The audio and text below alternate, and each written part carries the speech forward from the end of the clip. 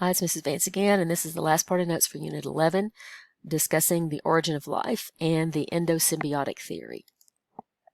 So, Earth formed about 4.6 billion years ago for the current evidence that we can find, and the oldest form of life that has been fossilized on, or that has been found fossilized on Earth, are something called stromatolites. These are mats of layers upon layers upon layers of prokaryotes, and the age of these stromatolites is about 3.5 billion years ago. So there probably were several stages in the formation of life. Okay, first of all, we had small organic molecules like amino acids and nitrogen bases that could form in a watery environment. Joining these molecules into polymers like proteins and nucleic acid would be a next step, and then packaging the molecules into protocells surrounded by a membrane, and then self-replicating molecules that eventually made inheritance possible, things like DNA replication. And so we'll look at each of those in turn. So this is a diagram. This is actually in your textbook that kind of gives an idea of what scientists thought early Earth might have looked like. And so the question I have for you is, why do these 3.5 billion year old stromatolites suggest that life originated before 3.5 billion years ago? And of course, the reason would be because it takes time for life to develop to that point, and so to the point where they're working together, living together, and making layers and layers and layers of bacteria together. So it would take a while before that, perhaps as much as 1 billion years before that. We're not really sure how long it took. So there are various kinds of experiments that have been done to show that the synthesis of organic molecules without living things is possible. In the 1920s, a Russian scientist named Oparin and a British scientist named Haldane came up with an idea independent of each other that conditions on early Earth might have generated organic molecules. Oxygen has a tendency to disrupt chemical bonds. We know that it's a strong oxidizing agent, but before the photosynthetic prokaryotes added oxygen to the environment, Earth may have had the opposite kind of atmosphere, which would actually help enhance the formation of chemical bonds.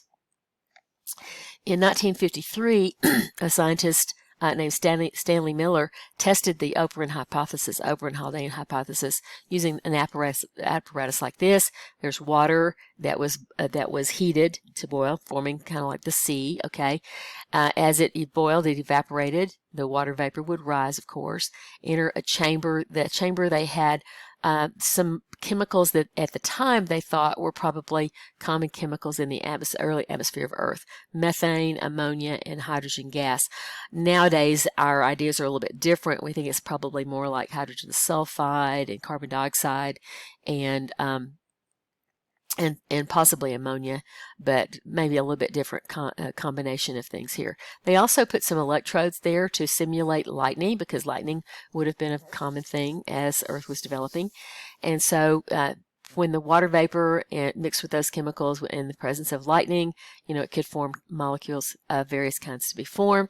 This is a condenser apparatus, which basically cools that gaseous mixture back into a liquid.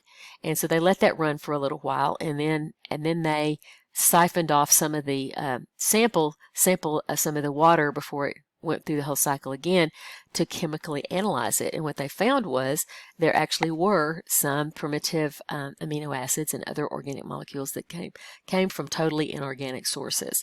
And so nowadays we would change it, of course, to show the current ideas about the gases that were in the early atmosphere, things like carbon dioxide and hydrogen sulfide and things like that. But still, it showed that there was a possibility of being able to form molecules without the presence of living things. Probably the next stage would have been forming polymers, and of course polymers are, as we know, made of simple molecules put together. So we can have a collection of various kinds of monomers. And then when they come in contact with each other, chemically react with each other to make short polymers like RNA, like this. That would be kind of simple genes, basically. Protocells would be a beginning of maybe some chemical combinations of chemicals within a membrane. Membranes form pretty much spontaneously, so it's not that hard to do that. But then these self-replicating RNA molecules, a lot of scientists think actually RNA probably came before DNA in terms of a nucleic acid. And then it would be pretty easy to assemble complementary messenger RNA, and that would be the original replication of that original gene.